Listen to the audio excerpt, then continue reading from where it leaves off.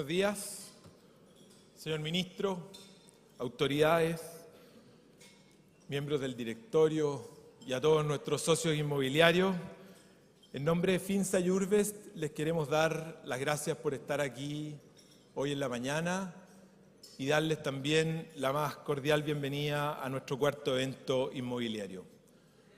Para nosotros es muy importante poder reunirnos y compartir con ustedes la visión referente a diversos temas, principalmente del mundo inmobiliario, y este año en particular, año en que Finsa cumple 35 años, queremos pedirle a Luis Eguiguren, presidente de Finsa, administradora general de fondos, que nos dé unas palabras de bienvenida, así que les pido para él un fuerte aplauso.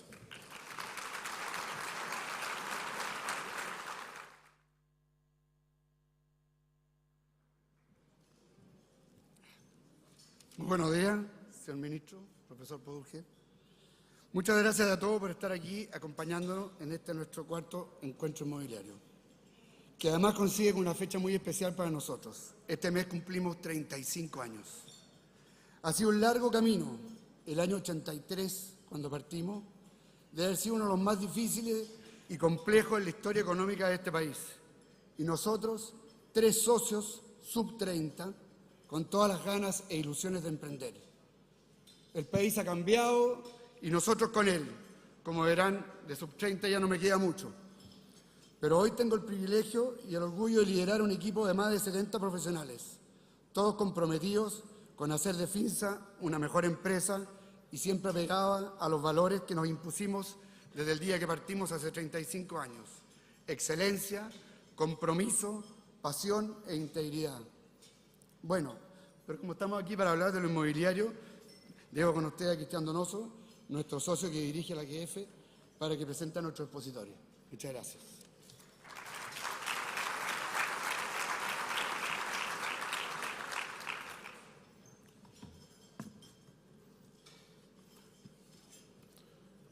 Gracias, Lucho.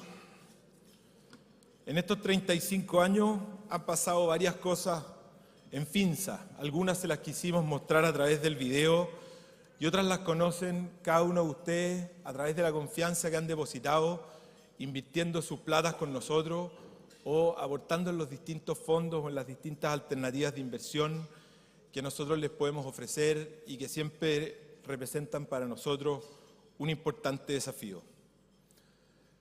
Este 2018 tenemos una economía que muestra signos de recuperación después de algunos años de crecimiento más bien moderado. En este contexto, diferentes indicadores económicos nos muestran un Chile creciendo más acorde con su historia y más acorde con lo que todos esperamos. Cuando todos pensábamos que la inversión iba a crecer y íbamos a recibir un importante impulso económico, también nos encontramos con realidades que muchas veces contrastan. El mundo inmobiliario muchas veces es una de ellas y nos acompaña a vivir el ciclo. El ciclo donde muchas veces los terrenos son más escasos y por lo mismo más difíciles de encontrar y de comprar. Las aprobaciones de proyectos también se han hecho más difíciles y muchas veces lo que antes tomaba 3 o 6 meses, hoy día puede tomar un año. Muchos diarios han hablado incluso de la falta de certeza jurídica y han acaparado varios titulares con algunas de las cosas que hemos visto pasar en el último tiempo. En este contexto, la responsabilidad de nosotros como Finsa y también de nuestro socio Urbest es poder poner arriba de la mesa estos temas y tener en torno a ellos una sana y constructiva discusión a la luz de los negocios. ¿Y qué mejor forma de poder realizar eso que con nuestros 2 excelentes expositores que tenemos hoy día en la mañana?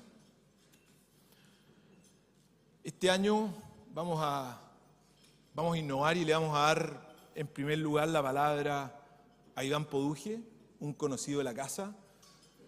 Y este año no quiero presentar a Iván como arquitecto y como experto en desarrollo urbano, ni como asesor de los presidentes Piñera y Bachelet, sino que quiero presentarlo en un rol distinto. Quiero presentarlo de acuerdo a lo que podemos encontrar en Twitter, lo que podemos encontrar en algunas redes sociales y me permití traer un par de frases para presentar Iván. La primera es: por la ubicación y diseño del parque forestal, sería lamentable que se llegara al límite de enrejarlo, pero puede ser el único camino para protegerlo. En relación al metro, el problema de transporte de Santiago no se arreglará con protocolos de mantención o cambiando gerentes. Haciendo referencia a alguna frase, algún profesor dijo también: Santiago nunca saldrá del subdesarrollo sin un alcalde mayor. Y a propósito de la comentada ley de convivencia vial que hemos empezado a compartir con ella a partir de este lunes, dijo que es una ley que va muy en línea con mejorar la ciudad. Iván es una persona que nos puede opinar de varios temas y definitivamente es un experto en torno a lo que la ciudad y a las alternativas de desarrollo que ella tiene nos puede proponer. Así que para nosotros es un gusto tenerlo nuevamente en este cuarto encuentro inmobiliario y les pido también un aplauso para él.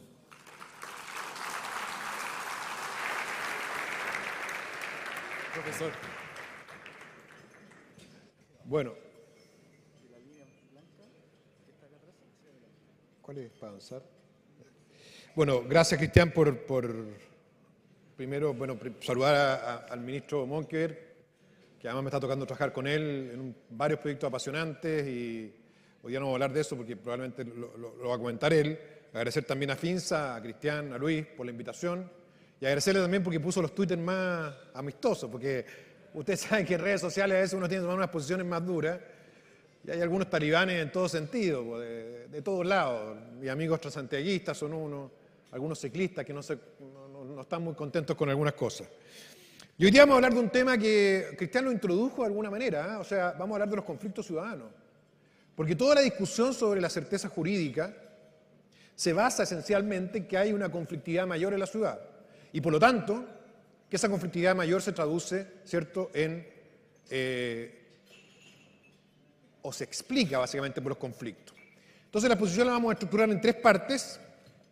Primero vamos a explicar por qué se producen, vamos a dar una dimensión de los conflictos. Queremos traerlo de Valparaíso también porque nos ha tocado trabajar ahí. La verdad es que se está transformando en la capital del conflicto, digamos, por una serie de proyectos distintos.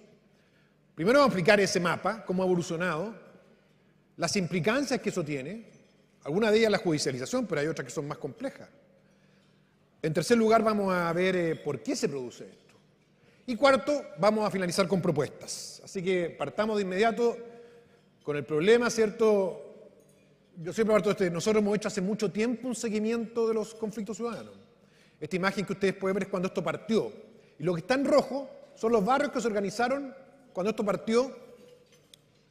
Algo de ello vimos en el seminario pasado. Y que eran dos barrios. Uno, Pedro Valdivia Norte, que se organizó para oponerse a la Costanera Norte. Y Bellavista, de ahí salió la alcaldesa, ¿cierto?, Errázuriz, la Pepa Errázuriz, que luego tuvo un corto paso por Providencia. Y luego, en el caso de la Plaza Perú, no sé si se recordarán esos estacionamientos que se construyeron abajo. Bueno, ahí nació el movimiento Defendamos la Ciudad, donde está Patricio Herman, que es un emblema, ¿cierto?, no voy a decir de los conflictos ciudadanos, pero bueno, es un personaje polémico al respecto, ¿cierto?, que tiene una participación importante. Entonces, lo que nosotros hemos hecho, esto se produjo a través de la Costanera Norte, es ir mapeando año a año, y la última versión que tenemos es esta, o sea, de 3 pasamos a 58 el año 2017. Lo que ven en rojo son los barrios que se organizaron para oponerse a las cosas más diversas. Edificios en altura, el edificio Renato Sánchez con Vespucio, por ejemplo, un edificio de oficinas, sacar los colegios, la consulta ciudadana de Martín de Zamora, que no se recuerdan ustedes que se cayó, al igual que casi todas las consultas ciudadanas, los plebiscitos de Vitacura. Y en todos esos casos, en general, la efectividad de los movimientos ciudadanos ha sido muy importante. Les traje el caso de Valparaíso porque creo que es relevante demostrar. Nosotros hoy día con el ministro estamos trabajando en un proyecto acá, que es un proyecto importante para la ciudad, es un proyecto esperado hace 20 años, que abrir el borde costero, y uno pensaría que están todos de acuerdo cuando dice vamos a abrir el borde costero, y bueno, y ahí empiezan los problemas como en todo proyecto grande. Pero también está el emblemático caso del Parque Pompín, de Nicolás Ibáñez, el Mirador Barón, el T2, que lleva unos 8 o 10 años discutiéndose, el congelamiento de permisos que se produjo, ¿cierto?, en la población Vergara, los seccionales de recreo. O sea, lo que uno ve es que las ciudades, ahora Concepción se suma en general, están teniendo cada vez más estos barrios rojos que se suman y se agregan, ¿cierto?, al mapa. ¿Por qué ocurre esto? Fíjense que nosotros hicimos un trabajo con la ADI, con la Asociación de Desarrollo Inmobiliario, y lo primero que vimos es que la gente tiene una percepción de que los edificios, que los moles, que la inversión produce congestión. Y hoy día el segundo problema prioritario para las personas, después de la delincuencia y la seguridad, es la congestión. Y eso ocurre no solo en Santiago, ocurre en Antofagasta, ocurre en Puerto Montt, ocurre en el Gran Valparaíso y ocurre en el Gran Concepción. Entonces el primer fenómeno que la gente ve cuando sabe que hay un proyecto son tacos. Proyecto igual taco, identificación igual taco. El segundo, este emblema, ¿cierto?, de la Patagonia sin represas, que creo que marcó un antes y un después respecto a la importancia que tiene el paisaje en la ciudad. No en vano, el proyecto Américo Vespucio Oriente que está construyendo hoy día va a tener que gastar $400 millones más para salvar un parque y reponerlo construyendo un túnel en trinchera, cuando años atrás a lo mejor se hubiera hecho por superficie. La misma Patagonia sin represa lo que hizo fue paralizar un proyecto de inversión, más allá de la opinión que uno tenga sobre Hidroaicén, básicamente por el efecto que iba a generar este proyecto en el paisaje de las Torres del Paine, aunque en realidad esa foto nunca hubiera ocurrido porque los cables no pasaban por ahí, pero eso es otro problema. La desconfianza en las instituciones se suma también. Nosotros nos vemos mucho con proyectos. ¿Por qué se judicializan los proyectos? Porque aparece un grupo, como estos barrios rojos que vimos, que se opone a una iniciativa, levanta el conflicto, llega a los concejales, acusan al alcalde y a los concejales inmediatamente de corrupción. Ese es el primer paso. Acá hay gato encerrado. ¿Por qué está haciendo este proyecto? Y los alcaldes y los concejales, por el temor al conflicto, bajan el proyecto. Y la medida que hacen básicamente es reducir las alturas de edificación. Y acá lo que traje, ¿cierto?, es un gráfico del CEP, perdón, vamos a verlo nuevamente, donde se puede ver cómo cae la confianza en las municipalidades, en las empresas privadas y en los partidos políticos. Bueno, lo que está más arriba era Carabineros, esto ya también ha ido cayendo dramáticamente, todo cae en realidad. Lo único que no cae es la tele, ¿cierto? CNN, Daniel Matamala, esos van para arriba, que son justamente los que levantan los temas. Como dice Brunner, esto es básicamente una pelea por quién tiene más poder. Y hoy día el poder lo tienen los fiscales y la prensa, y que también están directamente involucrados en los conflictos. Agregamos al Contralor, además, hoy día que está operando como el gran hermano, que opina hasta de que hay que andar en bicicleta o no, que no le gustan los proyectos de opina. O sea, ya está, la verdad, entre Contralor, fiscales y, ¿cierto?, prensa, tenemos una cosa que solo va a seguir y solo va a empeorar. Orrego, cuando fue intendente, me dijo que él le sorprendió mucho este tuit que puso él. Este tuit lo que decía es: estos edificios se construyen en Estación Central, ¿dónde está la escala humana? Y esto generó un revuelo de proporciones. Y lo increíble es que estos edificios se habían construido hace 5 o 7 años, nunca nadie los vio. Pero bastó este tuit que se masificara en redes sociales para que apareciera la discusión de los guetos verticales y se congelara el plan regulador también.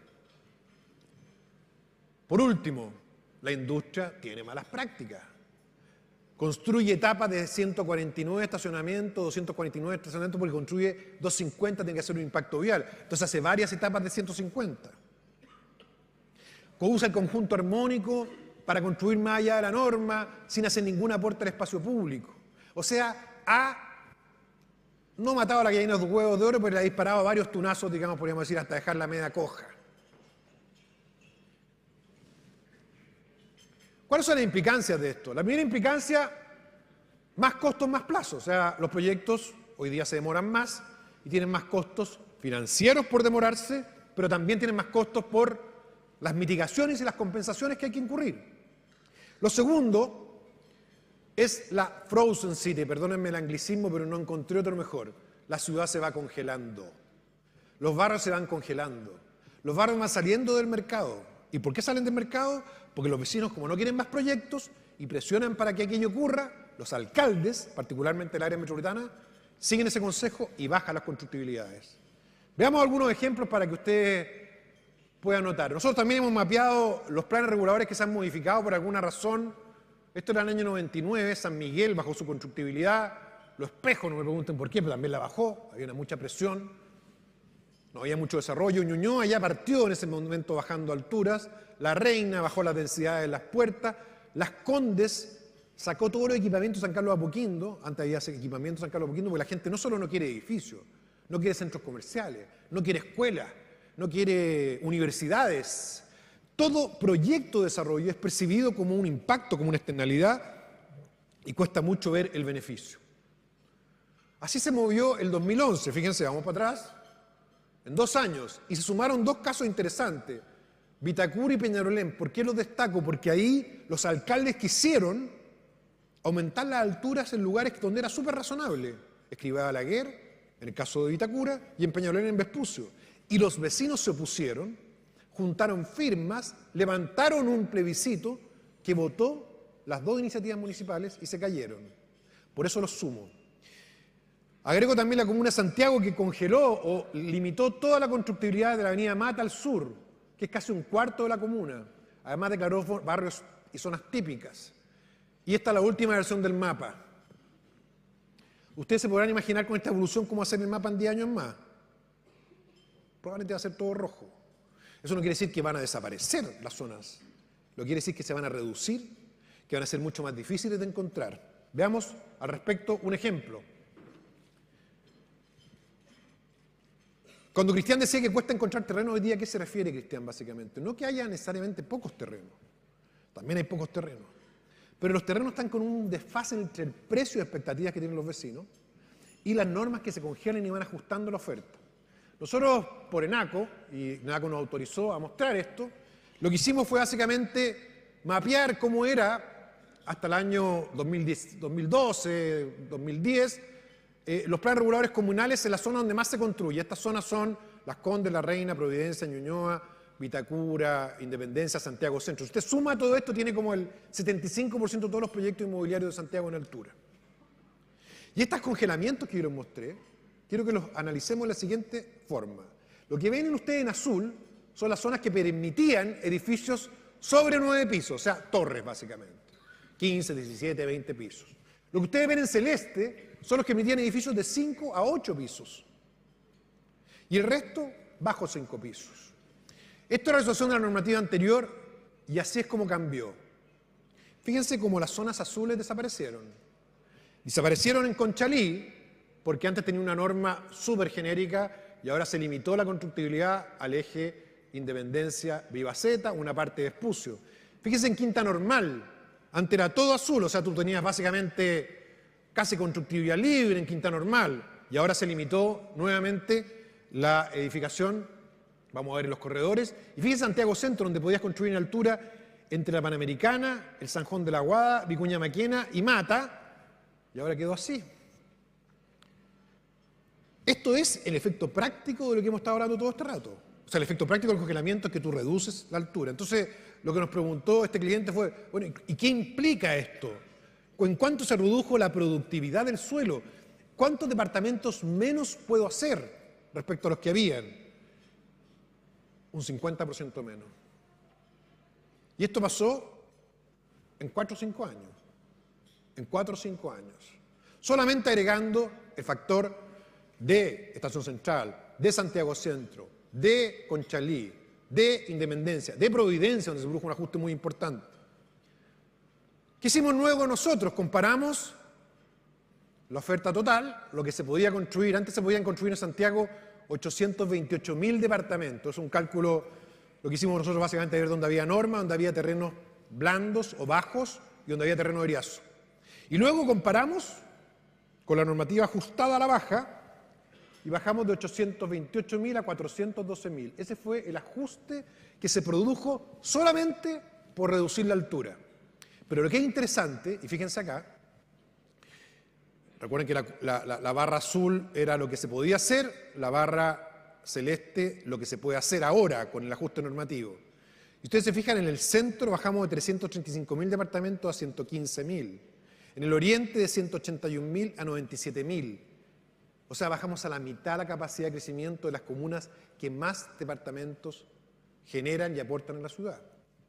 ¿Qué pasa si nosotros comparamos esta reducción de la constructibilidad con el crecimiento observado en los últimos 10 años? O sea, caben 412.000 departamentos. ¿Cuántos se construyeron en los últimos 10 años? Hicimos ejercicio. ¿Qué ocurre si Santiago se densifica como lo ha hecho en la década pasada? La barra roja muestra el crecimiento de la ciudad observado y la barra azul lo que le queda. O sea, si nosotros asumimos que la historia se repite, a nivel de Santiago quedaríamos con un saldo en contra de aproximadamente 20.000 departamentos que no se van a poder construir. Eso es lo que va a pasar en la práctica. Ahora, donde es dramático esto, es en el centro. En el centro se construyeron 194.000 departamentos en la última década, ahora se van a poder construir 115.000. En el norte no tengo problemas, ¿cierto? Se construyeron 38.000, se van a poder construir 85.000. En el sur tampoco tengo problema. En el sur me refiero a Pedro Aguirre Cerda, El Bosque, La Granja, La Florida, Puente Alto, San Bernardo, que son comunas poco atractivas para construir departamentos. Entonces ahí todavía me queda espacio. Pero en el oriente se construyeron 152.000 y hoy día caben 97.000. Entonces tenemos los problemas en el centro y el oriente. ¿Qué implica eso en la práctica? Eso es lo que vamos a ver en las propuestas, cómo lo resolvemos. Entonces no caben en el centro y en el oriente. Por tanto, hay dos efectos que se van a producir acá. Uno es que los precios van a seguir aumentando, pues si alguien tiene una duda, van a seguir aumentando. Y me dice, ¿por qué aumentan tanto los precios? Porque le tengo yo en la práctica, es una demanda que se concentra en un lugar chico, que quiere vivir cerca de todo, por el tostaco, y en ese lugar pequeño se reduce aún más la oferta, y la gente no quiere vivir en otro lugar. Por tanto, la única expectativa que yo tengo es que los precios van a seguir subiendo.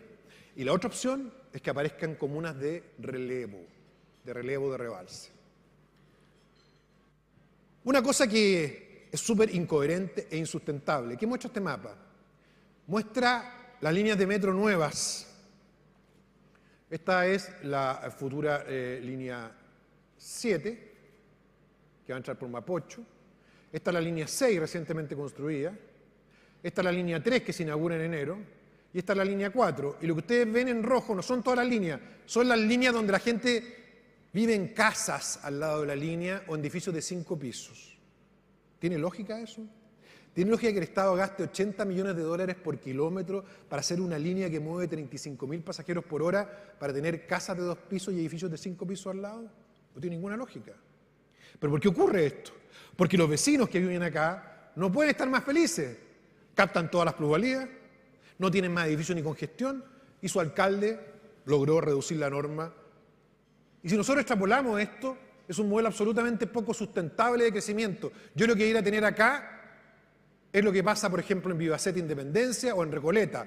Alta constructibilidad en torno a los corredores de metro es un desafío que tenemos por delante. ¿Cómo salimos de este atolladero? Lo primero, y que hemos estado trabajando también con el ministro, ¿cierto? Y con más gente, la densificación equilibrada. No podemos hacer más torres tipo estación central, ni tampoco edificios de 3 pisos. Y acá tomamos un caso de Estocolmo. Estocolmo no tiene timidez ni vergüenza en decir que quiere crecer. Igual que Nueva York. Nueva York dice bigger city, better city. Nueva York quiere crecer, pero no de cualquier manera. Nosotros tenemos que crecer como ciudad, porque cada año se necesitan 50.000 viviendas. Pero ¿cómo dicen ellos que hay que crecer? Una ciudad que crece cohesionada, con buenos espacios públicos y resiliente al cambio climático. O sea, no es cualquier crecimiento. Y esto se llama densificación equilibrada. Y este es el desafío futuro de las empresas. Por ejemplo, en Estocolmo, crecer en torno a los corredores de metro. Usted dirá, cualquier corredor nuestro es como línea 5. Es un corredor en viaducto, mejorando los espacios públicos, poniendo densidades acorde a lo que está pasando hoy día en Vicuña Maquena, el Paralelo 14, ¿cierto? Que se está densificando de esta manera. En San Joaquín también. Pero quizás podemos hacer un segundo esfuerzo y mejorar un poco los entornos y no construir de la reja hacia adentro, ¿cierto? Primera cosa. Pero es clave, y hoy día se está trabajando en eso en el Consejo de Desarrollo Urbano, donde me toca ser parte, ver cómo nosotros vamos a romper esta cosa ilógica de tener líneas de metro al lado de edificios de 5 pisos. Integración social. La cohesión es clave en la ciudad que viene. Nosotros no podemos seguir llevando hacia afuera, a los extramuros, a la gente que no tiene recursos. No podemos condenarlo a tener 3 horas de viaje por vivir en Lampa, en Buin, en Maipo. No podemos tampoco construir edificios que están sin servicios. Entonces el desafío que viene para todos es cómo nosotros incluimos porcentajes de vivienda subsidiable y de vivienda social, no sin todos los proyectos, pero en un gran número de proyectos, cosa que hoy día se hace muy poco. Y aquellas empresas que innoven en esa materia van a poder salvar esta corriente que hemos visto de congelamiento, porque ese va a ser el argumento potente para poder densificar en todo un corredor de metro. No va a ser solamente generar empleo, que era el argumento de los 80, yo genero empleo y respeto las reglas del juego. Es el argumento de los 80, ¿cierto? O de los 90, para no ser tan duro. Ese argumento no tiene ninguna cabida ahora.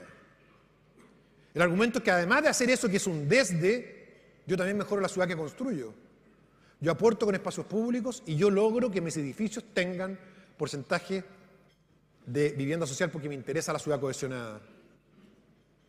Este proyecto no es extraordinario a mí, es un proyecto... Esto significa innovar en localización. ¿Por qué los edificios tienen que estar siempre en los mismos lugares? En Recoleta, por ejemplo, está tomado en Recoleta, Cerro San Cristóbal. Acá está todo el mercado, todo en el mismo lugar. México, Einstein, Cerro Blanco, estación de metro, Avenida Perú. Ahí están todos los proyectos. Y este proyecto decide saltarse, ¡boom!, hasta la parte norte de Recoleta y construye un proyecto donde estaba Cerecita antes, que además tenía un conflicto de corrupción, hay una multa por haberle pasado plata al director de obra, no nos metamos en esa discusión ahora, pero fue muy compleja. Y el alcalde Jadwe, que no digamos que es un alcalde fácil, llegó a un acuerdo con esta gente. En la medida que fuera un proyecto que resolviera temas de la comunidad. Y lo que hicieron los inmobiliarios ahí es hacer un proyecto con subsidios para integración social, pero además, como tenían mucho terreno, el terreno no había sido tan caro, abrieron un parque a la comunidad, que después se los voy a mostrar. Entonces este proyecto, que en otro caso hubiera sido un desastre, un conflicto, al tener una altura razonable, al tener integración social y al tener un parque público abierto a la ciudad, hizo la diferencia y el alcalde Jadwe lo fue a inaugurar. El alcalde Jadwe, con los inmobiliarios al brazo, era para sacar una foto para el recuerdo de eso. El alcalde Charp hizo lo mismo con un mall que vamos a ver en otra ocasión. Lo otro, informar a los vecinos. Yo no pude traer la foto, pero ustedes si van a Tobalaba con Lirio Yáñez, hay un edificio que está construyendo en la esquina. Ustedes van a ver que hay un muro ahí, los típicos muros de obra. ¿Qué dice el muro? Señor vecino, acá vamos a hacer un bosque, accesible al público, abierto al público. Si usted tiene cualquier consulta o problema, llame a este teléfono. Lo atenderemos. Además va a haber una casa abierta para que usted haga sus consultas. Estamos para mejorar los barrios. ¡Pum! Eso es distinto a poner los logos. Es una empresa que está entendiendo este nuevo escenario en que estamos hablando. Un bosque abierto al espacio público. Ni siquiera me gustó la palabra bosque, porque no era un parque, era un bosque. O sea, imagina una cosa, un pedazo del sur acá. Eso es fantástico, digamos.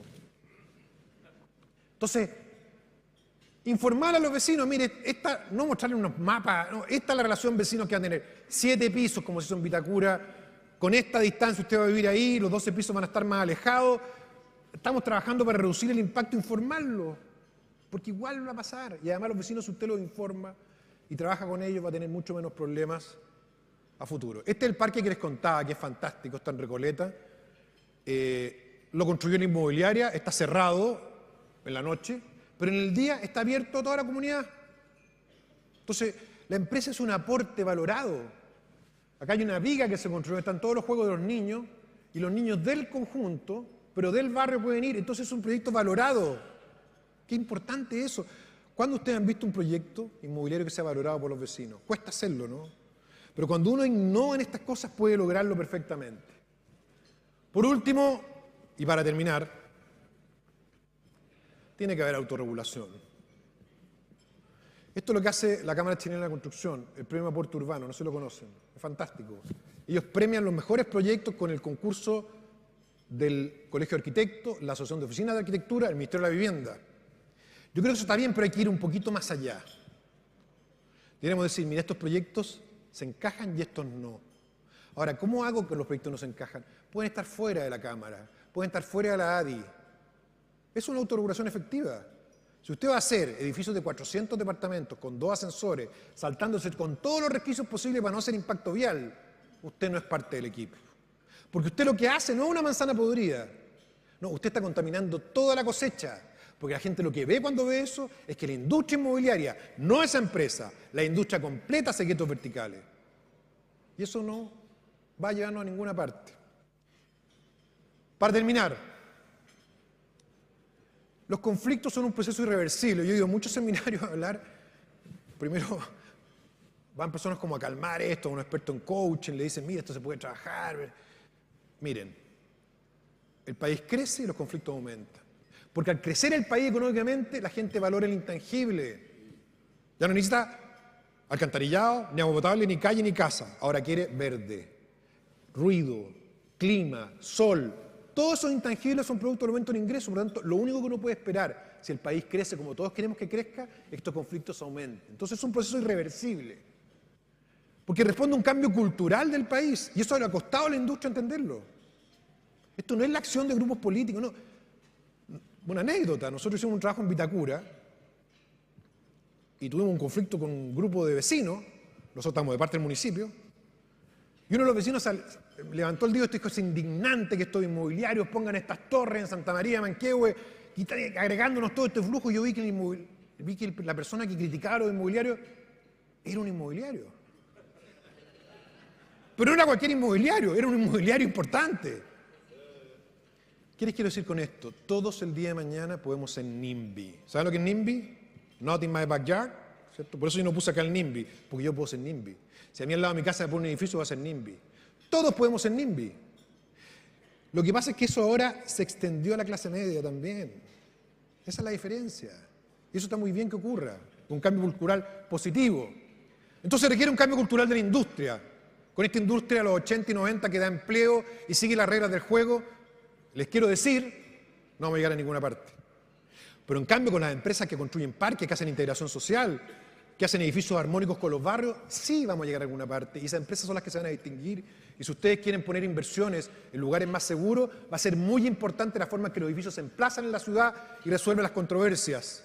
Eso implica innovación en el diseño, aporte de ciudad, como lo hizo el edificio de Recoleta. Hay muchos casos que no quise poner acá porque casi todos están en el barrio alto, pero encontramos casos en Estación Central, en Las Parcelas, encontramos casos en Viña del Mar, encontramos casos tan simples como que el edificio tenga en la primera planta comercio y un pedazo de plaza que se junta al antejardín y pongan unos árboles.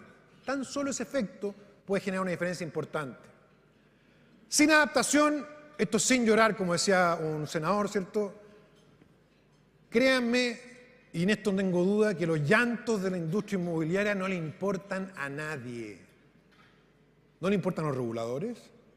Le puede importar al ministro de Hacienda los números agregados. Llegó a caer el plato ahí, espero que no haya sido... Pero no le importa en realidad a nadie. Porque a los políticos les importa lo que digan sus vecinos. Entonces, varios van a quedar en el camino. Yo creo que eso va a pasar. Y los que se van a distinguir van a ser aquellos que cambien el chip cultural para hacer proyectos que mejoren la ciudad. Y la experiencia demuestra que se puede.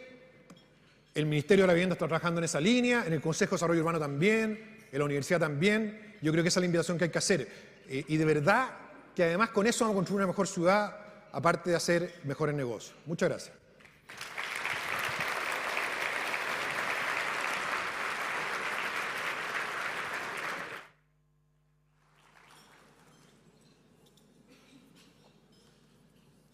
Muchas gracias, Iván. Muy clara la exposición y yo creo que varios quedaron con desafíos por delante aquí adentro. Nuestro segundo invitado de esta mañana, nuestro segundo expositor, la verdad es que es un honor presentarlo porque en estos 35 años de FINSA poder tener este encuentro y tener la presencia de una de las autoridades del ramo para nosotros es clave.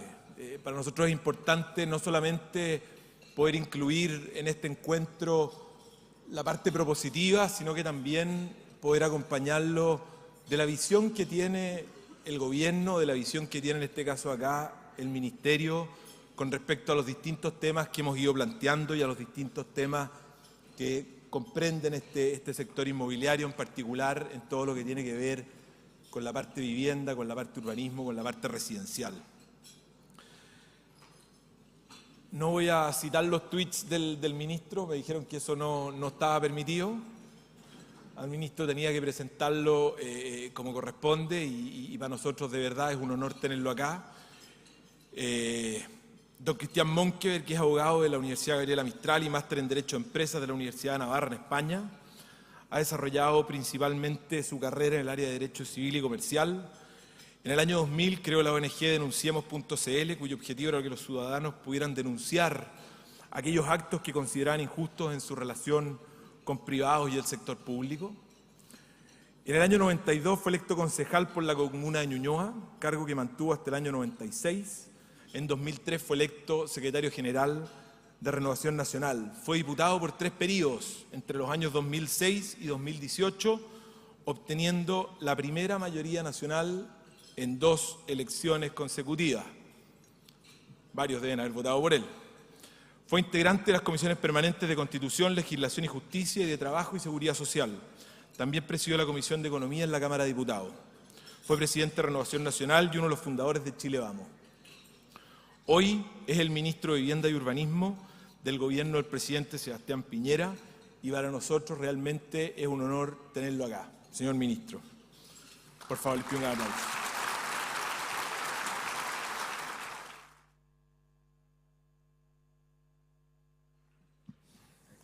Muy bien, muchas gracias por la invitación y por la presentación. La verdad que sorprende la buena información que tiene y está muy bien. Como ven, mi historia ha estado más bien marcada por la política y cuando me tocó asumir el Ministerio de Vivienda y Urbanismo tuve que reciclarme un poco, porque claro, mi paso por el Congreso, mi paso por el Parlamento fue muy provechoso. Aparte de que cuando llegué al Ministerio de Vivienda, ustedes también sabrán que me casé por segunda vez, tuve una segunda oportunidad, como es el programa habitacional del MIMBU, del Ministerio de Vivienda. A mí también me tocó la puerta por segunda vez. Hay varios amigos míos acá que me conocen y saben de eso. Y lo cuento porque, claro, porque fueron cambios importantes y que dice relación con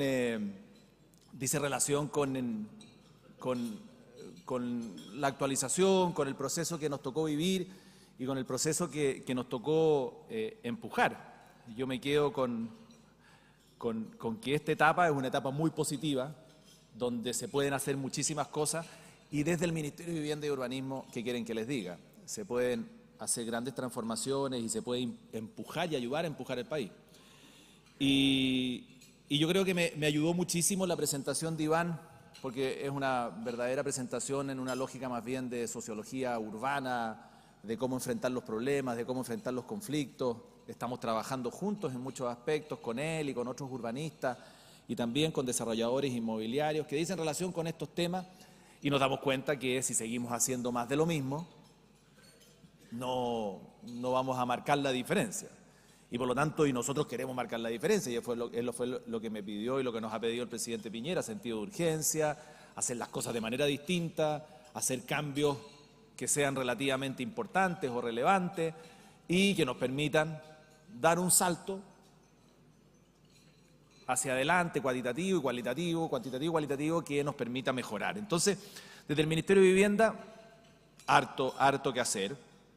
Y cuando se me invitó hace ya unos meses a esta reunión, hice el esfuerzo de poder estar y ajustar las agendas y fueron esfuerzos recíprocos, porque me interesa conversar con ustedes y transmitirles lo que estamos haciendo e invitarlos a participar de este proceso.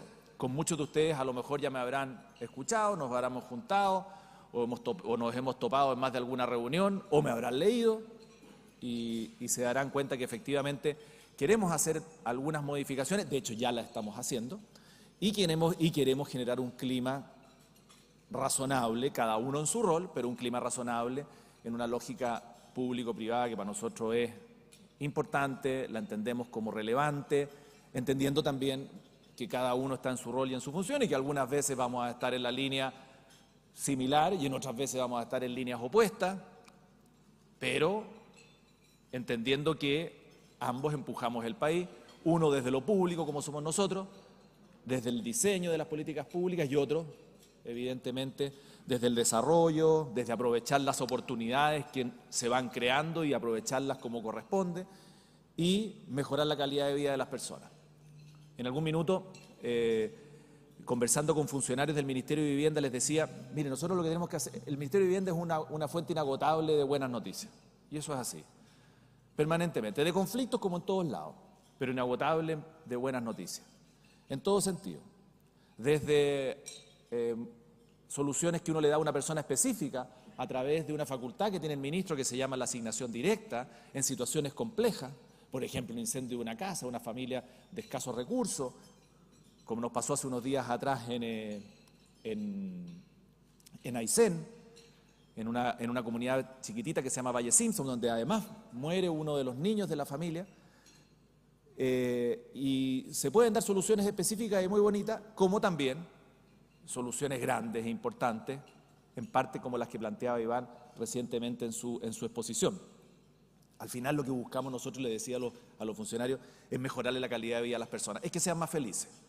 En el caso nuestro, a través de la ciudad, a través del desarrollo de la ciudad, a través de viviendas relativamente dignas, y donde el Estado chileno, y ahí hablo del Estado, a través de sus diferentes gobiernos ha hecho muchos esfuerzos para que así sea. Porque no nos olvidemos que hace 30 años atrás la solución habitacional era la caseta sanitaria. Y la caseta sanitaria iba acompañado con un palmatazo en la espalda, porque esa era la realidad del país, un palmazo en la espalda, pero le decíamos, oiga, usted amplíe su casa como mejor pueda, nosotros le entregamos la caseta sanitaria. Y esa era la realidad del país en los años 80, pues no había mucho más que hacer. Y se cometieron errores garrafales también, como la densificación en zonas periféricas, sin ninguna planificación de ningún tipo. Bueno, y esas cosas se han venido corrigiendo. Y evidentemente cuando a mí me toca llegar al ministerio, queremos dar un eje, y queremos dar una señal, y queremos marcar y decir claramente lo que queremos hacer. Todos los ministerios han apoyado, todos los ministros en el Ministerio de Vivienda han apoyado a que mejoren la calidad de vida de las personas, sí, eso de todas maneras, cada uno con su sello.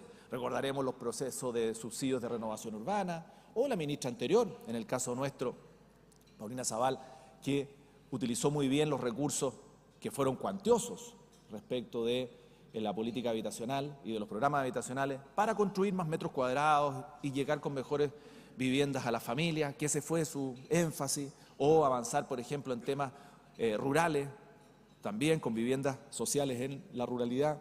Así es. O como le tocó a Rodrigo Pérez, avanzar en la reconstrucción después del terremoto del 2010, y vaya que avanzó y logró grandes objetivos, pero los logró con ustedes, porque solo no se logra. Así se funciona y así lo entendemos.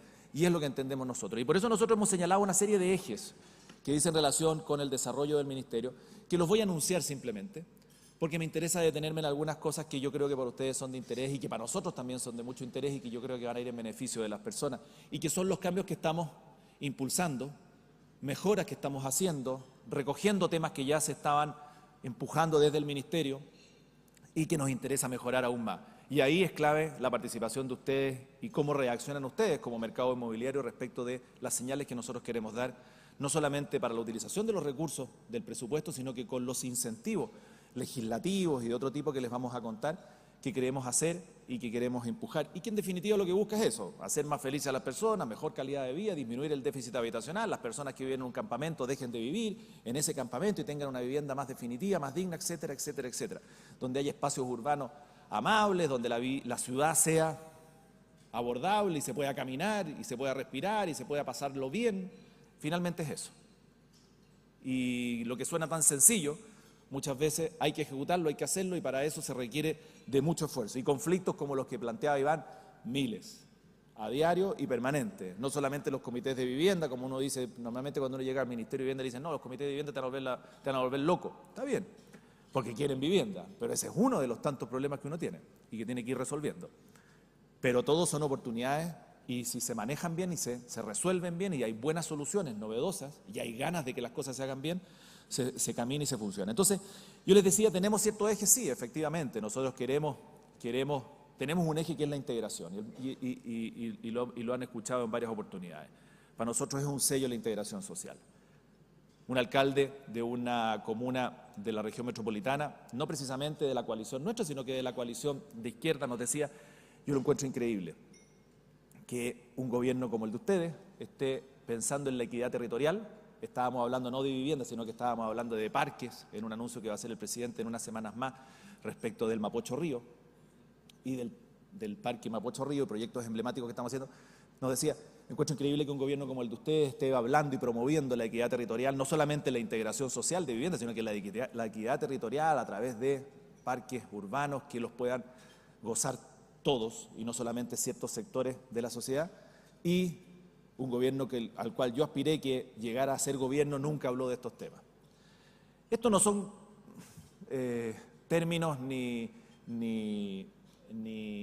patrimonio de la izquierda o de la derecha.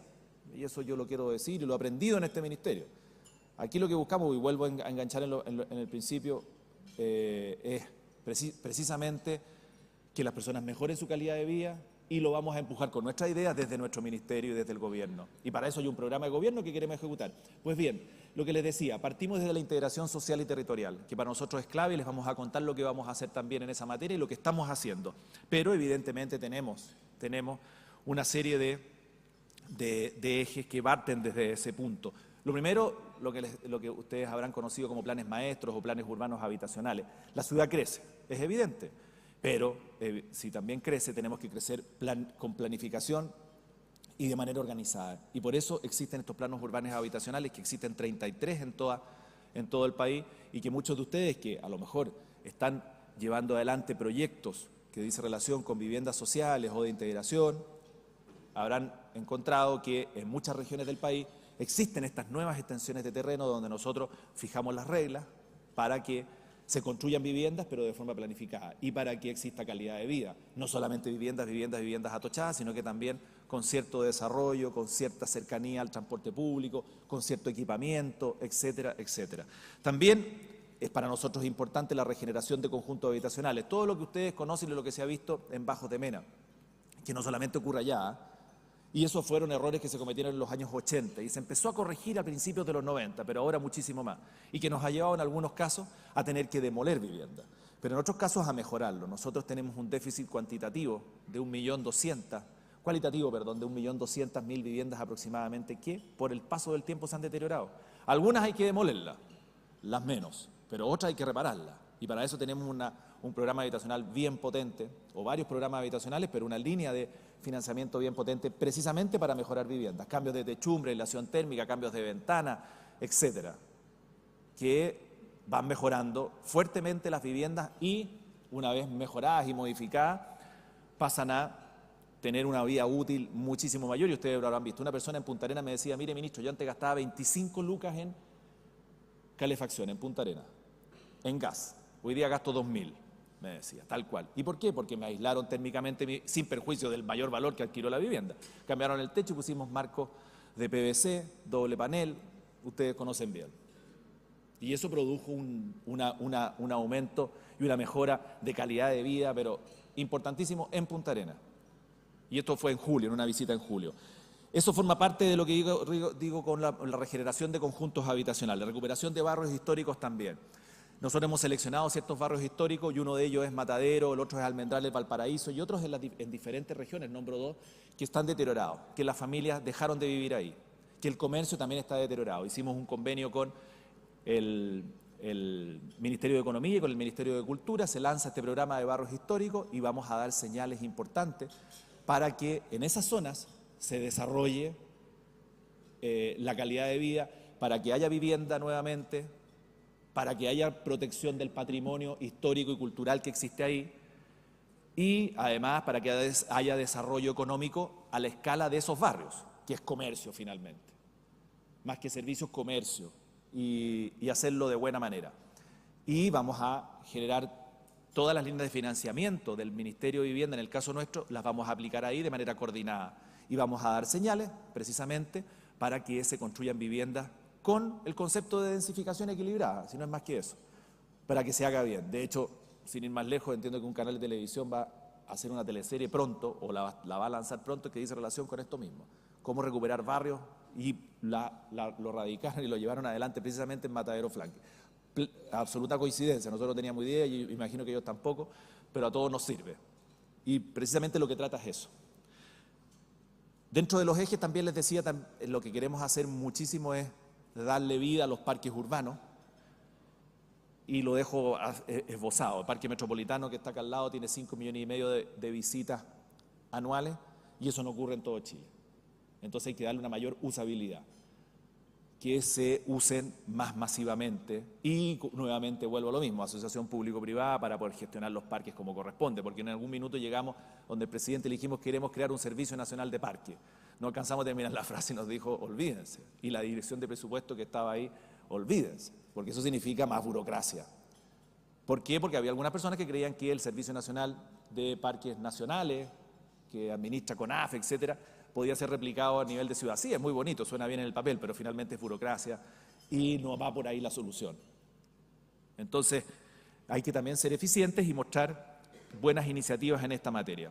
Proyectos urbanos emblemáticos, que es otro de los ejes importantes, que vamos a dar a conocer prontamente también algunos de ellos. El Muelle Barón o Paseo Barón es uno de ellos, un parque precioso que vamos a hacer en Calama, que son proyectos presidenciales que el gobierno quiere sacar adelante y que al presidente le interesa. Ecoparque, que es la mejora finalmente del parque metropolitano, el término del borde del río Mapocho completo de poniente a oriente, sobre todo con lo deteriorado que está en la zona poniente, se anuncia por el presidente en 2 semanas más, y se va a llamar Mapocho Río. Bueno, en Talca un parque fluvial, en Puerto Montt, en Temuco, Parque Isla Cautín, que pusimos la primera piedra, ya se está construyendo, en fin. Hay una serie de proyectos emblemáticos que mejoran y que buscan mejorar la calidad de vida de las personas. Pero he querido hacer este repaso un poco por lo que está haciendo el Ministerio, pero para detenerme en temas que para ustedes evidentemente son importantes y que dicen relación con los temas inmobiliarios, con el programa habitacional y con los cambios que queremos hacer ahí.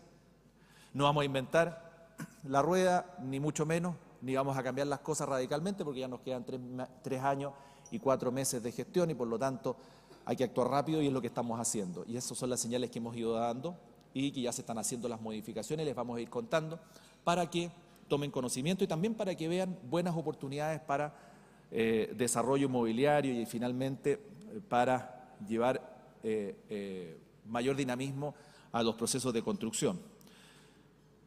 Sabemos que el sector inmobiliario es motor de la economía, motor del empleo, y lo consideramos un socio. Desde el Ministerio de Vivienda y Urbanismo eso es evidente. Y no me voy a detener nuevamente en lo que hemos conversado, lo que dice relación con el valor o la valorización que damos como gobierno, y en este caso como Ministro de Vivienda y Urbanismo, a la alianza público-privada y el rol que debe jugar en las diferentes áreas, y cada uno en su función. Si volvemos a lo mismo, lo que les decía al principio, pero lo importante es que se converse, que se discuta, que se debata y que se tomen acuerdos y que se avance.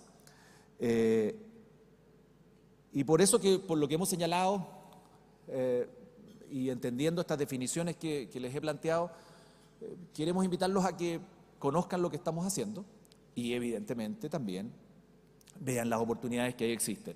Sin ir más lejos, estos proyectos de integración o los que les ha tocado participar en ellos más directamente, el DC-19, que ya venía desarrollado, y el anterior DS-16, decreto de DS-116 o el 19, dice precisamente con integración social y territorial, pero también con reactivación económica, cómo poner recursos públicos para permitir reactivación económica a través de la construcción de viviendas, logrando un objetivo que es la integración social.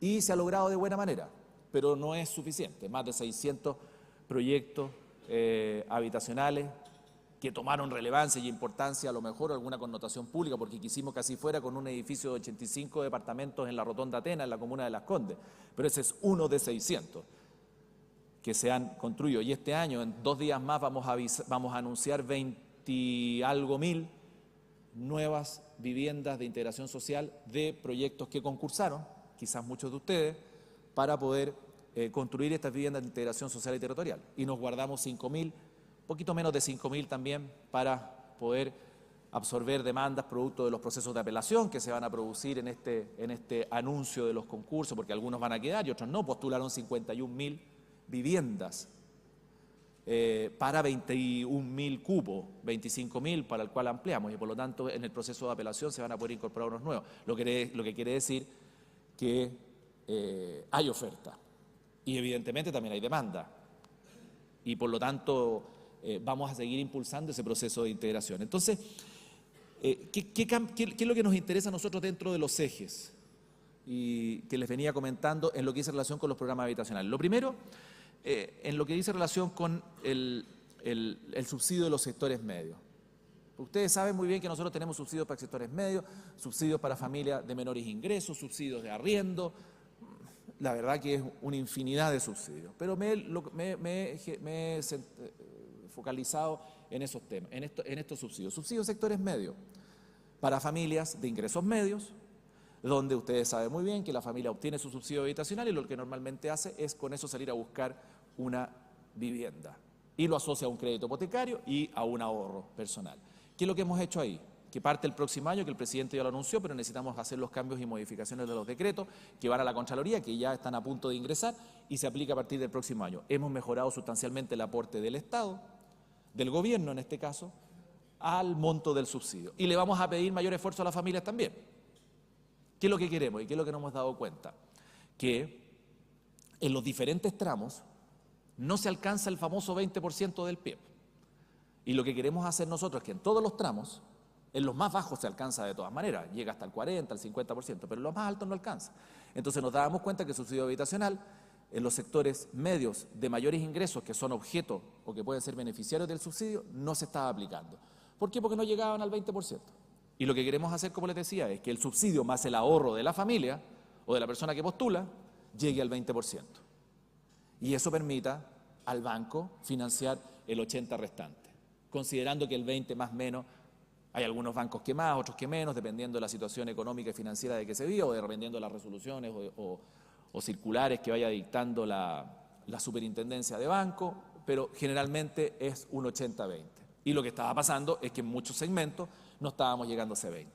Lo que hace el gobierno es tu ahorro más el subsidio, lleguemos al 20%. Y así, por ejemplo, pero vamos a aumentar sustancialmente el monto del subsidio.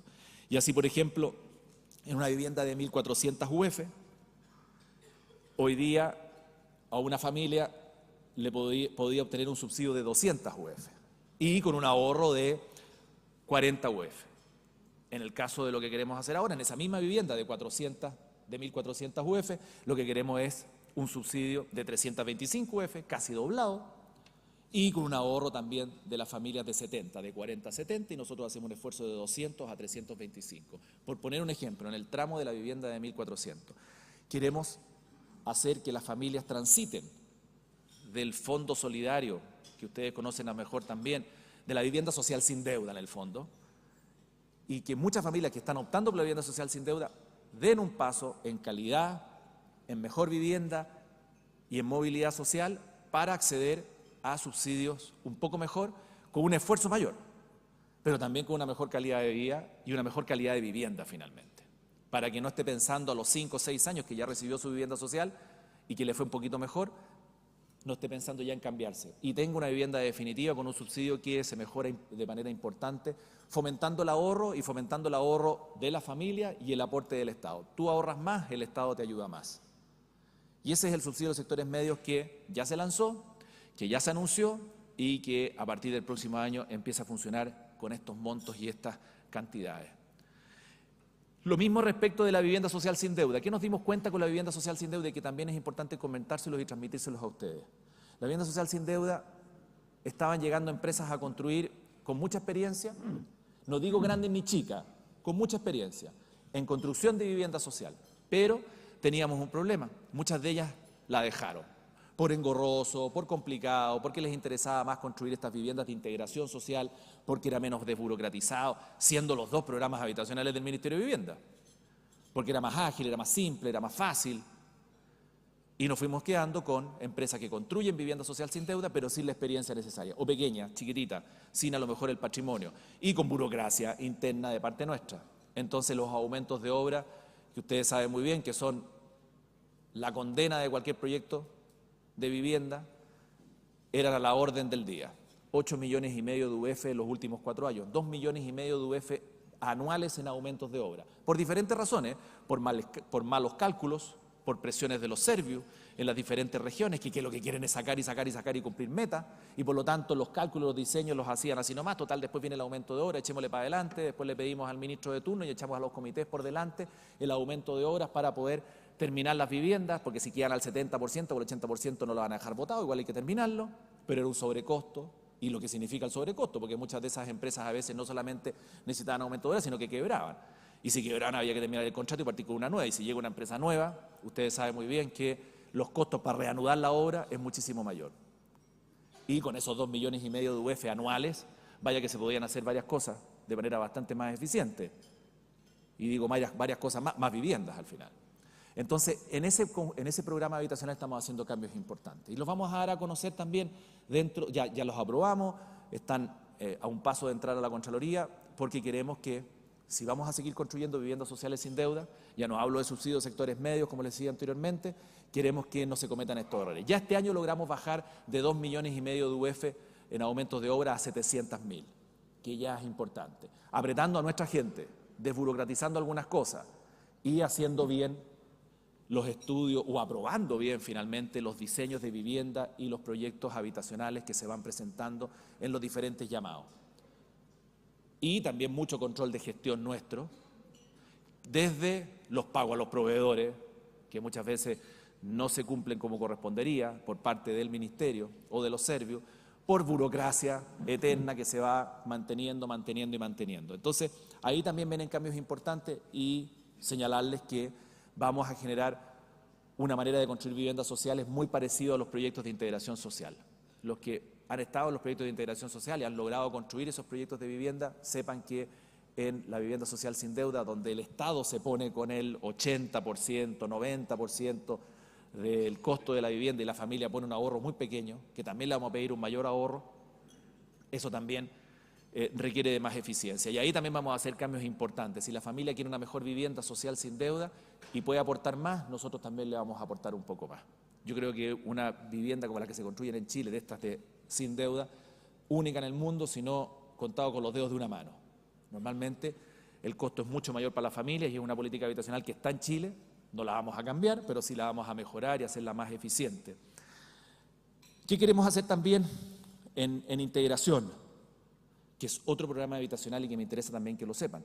No solamente vamos a cambiar la ley, que se los vamos a contar, y que dice relación con la densificación y lo que contaba Iván respecto de las líneas de metro, etcétera, y que lo va a anunciar el presidente el lunes 25 o 26 de noviembre, en unas semanas más, como proyecto de ley, sino que también queremos hacer mejor el programa de integración social y territorial con el financiamiento del ministerio. Y por lo tanto, hay un tema que para ustedes, y yo sabía que es importante, y nosotros también creemos que es relevante, que hoy día los proyectos de integración solamente están focalizados a familias de ingresos medios y familias de menores ingresos, pero todas con subsidio. Vamos a dejar viviendas libres para los próximos proyectos de integración social. Vale decir, dar un paso un poquito más allá, en integración y también en posibilidad de construir, que el que se atreva a construir estos proyectos habitacionales, el desarrollador inmobiliario, la constructora, construya viviendas para familias de ingresos más bajos, para familias de ingresos medios con subsidio habitacional, pero también tenga la posibilidad de dejar algún número de departamentos razonable para poderlos vender libremente, que yo creo que también puede ayudar. Y poder llevar, hay varios cambios que se están haciendo y no quiero entrar en el detalle de cada uno de ellos, pero estos son algunos de los que vamos a hacer en cada uno de los programas habitacionales. Y en lo que queremos también marcar una diferencia importante es en el arriendo. Y eso les quería comentar. A lo mejor han leído por ahí algunas noticias y algunas cosas o nos han escuchado, pero también se viene un cambio importante, porque nosotros tenemos subsidios de arriendo en torno a 12.000 que damos a las diferentes familias, pero tenemos demanda, claro. Le damos esto partió con el Chavo Suegra, para los jóvenes, después terminó con subsidios para adulto mayor y hoy día es generalizado, pero se está utilizando, sí, se utiliza, pero no como quisiéramos. ¿Por qué? Porque hay poca oferta. Y la oferta es del 1 a 1 finalmente. Y cuando uno llega con un subsidio de arriendo a arrendar una casa y la atiende un señor o el dueño de la casa y le dice, ¿cómo me va a pagar? No, con un subsidio habitacional, ya arisca la nariz. Y eso que es más seguro el sistema, porque el procedimiento que se ha hecho, que es bastante simple, es que la familia que se obtiene el subsidio le deposita las lucas al ministerio en la cuenta vista o cuenta corriente del ministerio, en esta caja pagadora o en el Banco del Estado, el día 5 del mes. Y el día 10 el serbio le paga el monto completo del arriendo al dueño de la propiedad. O sea, el dueño de la propiedad recibe el depósito desde el Servio. ¿Por qué? Porque el arrendatario ya pagó su arriendo al Servio, el Servio toma esa plata y se la pasa al dueño de la casa, junto con el subsidio. Y funciona bien, pero igual es engorroso. Y uno, por lo menos, uno tiene un signo de interrogación importante, ¿qué me van a pagar? ¿No me van a pagar?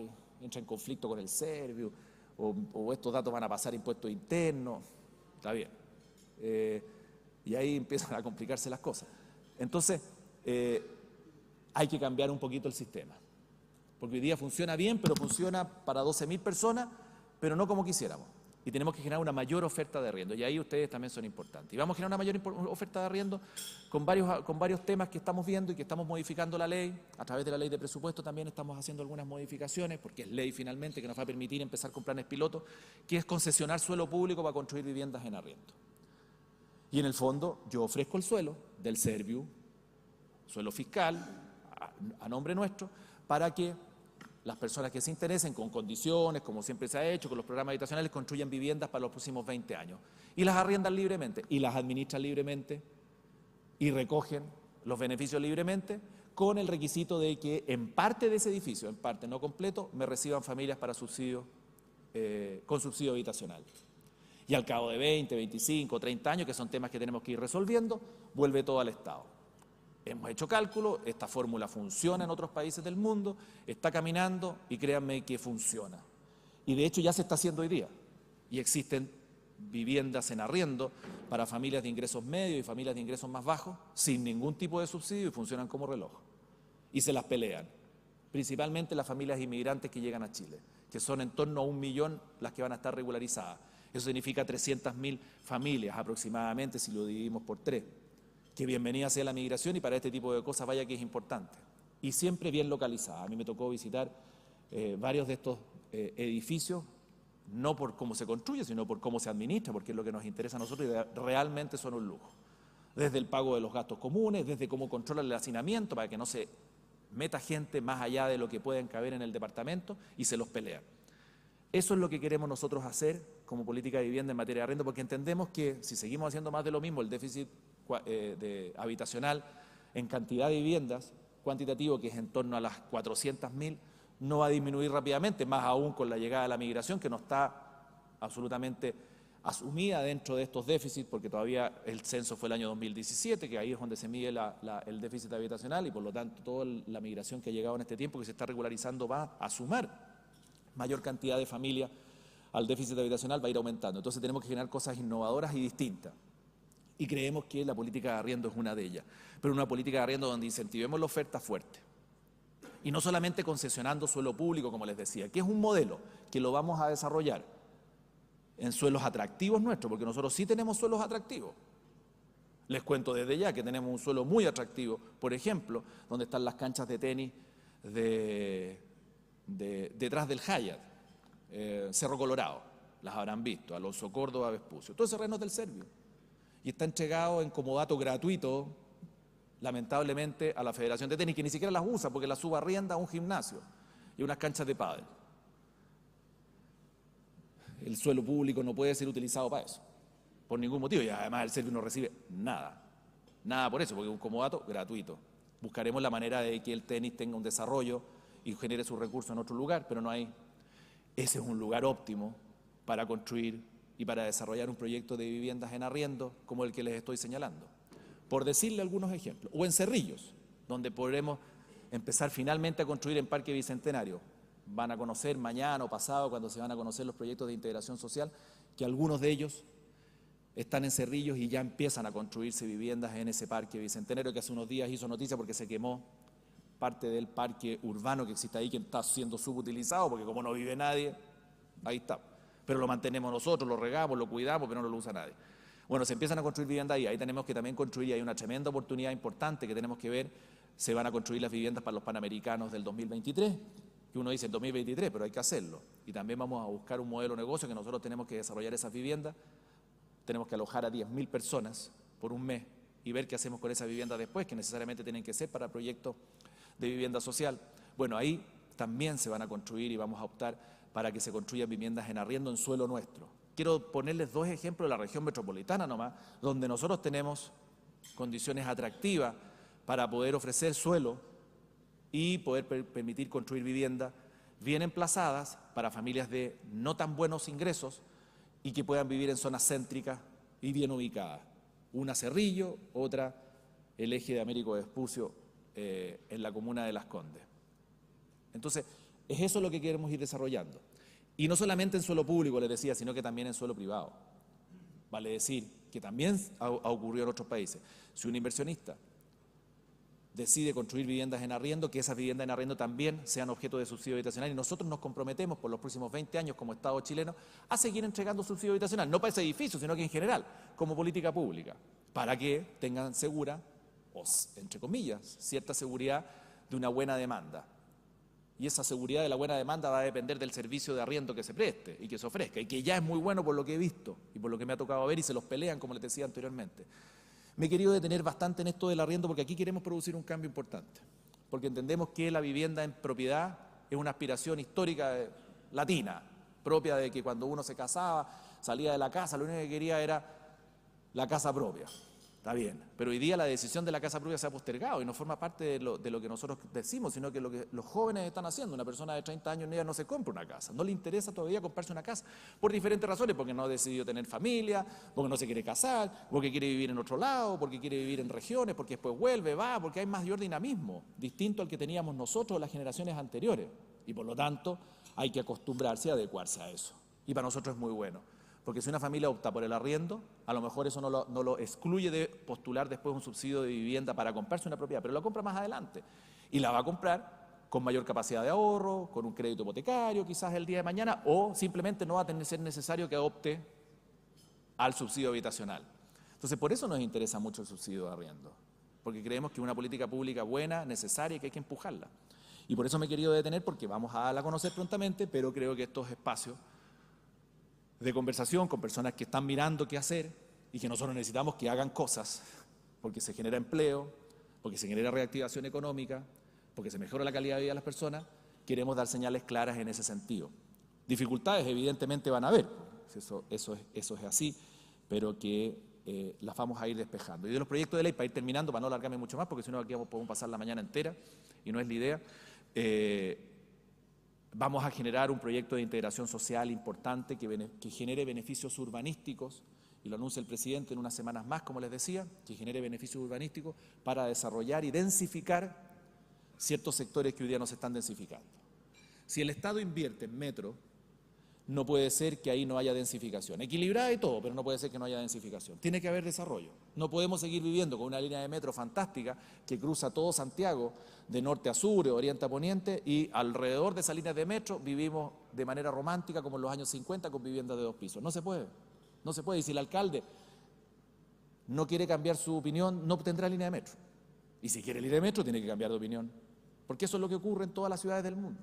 Y eso ayuda a que el precio del suelo sea más asequible, se los voy a contar también por qué, y que familias de menos ingresos puedan llegar a mejores zonas y no tengan que estar condenadas a vivir en la punta del cerro, literalmente, como es en Valparaíso, o en la periferia, en regiones como la nuestra, la región metropolitana. ¿Qué es lo que vamos a hacer ahí? Vamos a fomentar beneficios urbanísticos para que en esas zonas, que se van a llamar zonas de integración, se puedan llevar adelante proyectos de desarrollo inmobiliario, principalmente asociados a proyectos de integración social. En un conjunto habitacional puedan convivir familias de ingresos medios, como se están haciendo hoy día, o de menores ingresos, o sin subsidio habitacional, con familias de ingresos medios, con subsidio habitacional. Y que se vayan desarrollando junto también a otros usos, porque no vamos a construir solamente departamentos, sino que también usos mixtos, un desarrollo comercial razonable, no un mall gigante, etcétera, etcétera. Y eso no solamente en las líneas de metro, sino que en las vías troncales y también en los accesos a los parques. Y vamos a generar incentivos urbanísticos para que eso se produzca, porque si ahí se pueden construir 6 pisos y esa zona se transforma en zona de integración, esa norma prevalece sobre el plano regulador comunal e intercomunal y se van a poder construir, por decirle, 9, 10 pisos. Por poner un ejemplo y hacerlo en términos simples. Eso es lo que vamos a anunciar, es lo que queremos hacer y que a nuestro juicio creemos que va a ayudar a que el precio no suba tanto, a densificar zonas que hoy día no se están densificando, y creo que le vamos a producir, porque los alcaldes así lo quieren, les vamos a producir un alivio a los alcaldes, porque los alcaldes muchas veces quieren pero no pueden, o no se atreven, lamentablemente, o los que se atreven los condenan, no digo judicialmente, sino que públicamente. ¿Por qué? Porque cambiaron para los reguladores en contra de la comunidad, vaya que es difícil. Bueno, se va a hacer a través de una decisión razonada, fundamentada desde el Ministerio, en zonas donde es muy importante que se produzca un desarrollo inmobiliario. Entonces, esos cambios se vienen, y el último cambio también, para no alargarme ya indefinidamente, es lo que dice relación con un proyecto de ley que lo he anunciado y lo he enunciado un par de veces, pero que también se nos viene por delante, que es el de mayor certeza jurídica para los permisos de edificación, que lo tenemos bastante trabajado, bastante resuelto, y lo que busca principalmente es ordenar las vías de impugnación de un permiso y con plazos claros para todo el mundo. Que todos tengan espacio para reclamar, pero una vez que reclamaron no puedan seguir reclamando, y que haya un solo lugar donde se pueda reclamar. Hoy día se puede reclamar en todos lados, y dependiendo de la invención de determinados alcaldes, o de la Contraloría, o de la Seremía, o de la Dirección de Obras, uno puede hacer esto interminable. Y tiene diferentes vías de impugnación. Y de repente una persona que está construyendo no tiene idea, está llegando al piso 7 y no sabe qué está pasando. Y de repente le suspenden la obra porque entraron por la Contraloría, o por la Seremía, o la Dirección de Obras. Entonces, claro, es re difícil, como cuando uno tapa una gotera, después sale otra, y al final es imposible. Entonces tenemos que ordenar ese asunto y generar varios cambios ahí innovadores que dicen relación con darle mayor certeza jurídica, que se ha hecho en otros países, y por lo tanto nosotros tenemos que avanzar en eso, y eso tenemos que llegar al Congreso. Este es un ministerio que normalmente no va al Congreso, porque hay muchos temas que se resuelven de vía administrativa. Nuestro Congreso, finalmente, nuestro contrapeso es la Contraloría, pero hay temas que se tienen que ver en el Parlamento, como este proyecto de integración que les planteaba recientemente, y propuestas como esta. En definitiva, mire, yo les agradezco la invitación, he querido ser bastante claro respecto de lo que estamos haciendo, lo que queremos hacer, lo que queremos empujar y dónde van a estar nuestros énfasis. Nosotros no queremos pasar a la historia porque construimos más y más metros cuadrados de vivienda, no. Es por crear políticas públicas en materia habitacional que le mejoren la calidad de vida a las personas, y así como van a haber proyectos urbanos que les dije al principio, bien planificados y bien pensados, también que haya mayor oferta de viviendas más asequibles, con un grado de densificación más equilibrada, tomando en consideración lo que decía Iván, y que nos permita tener una ciudad más amable y donde las personas sean más felices. Así que muchas gracias por la invitación, espero haber sido claro y haberlos entusiasmado, ojalá un poquito más, con seguir invirtiendo en el sector inmobiliario, que créanme que para el gobierno y para el país sobre todo es muy importante. Muchas gracias.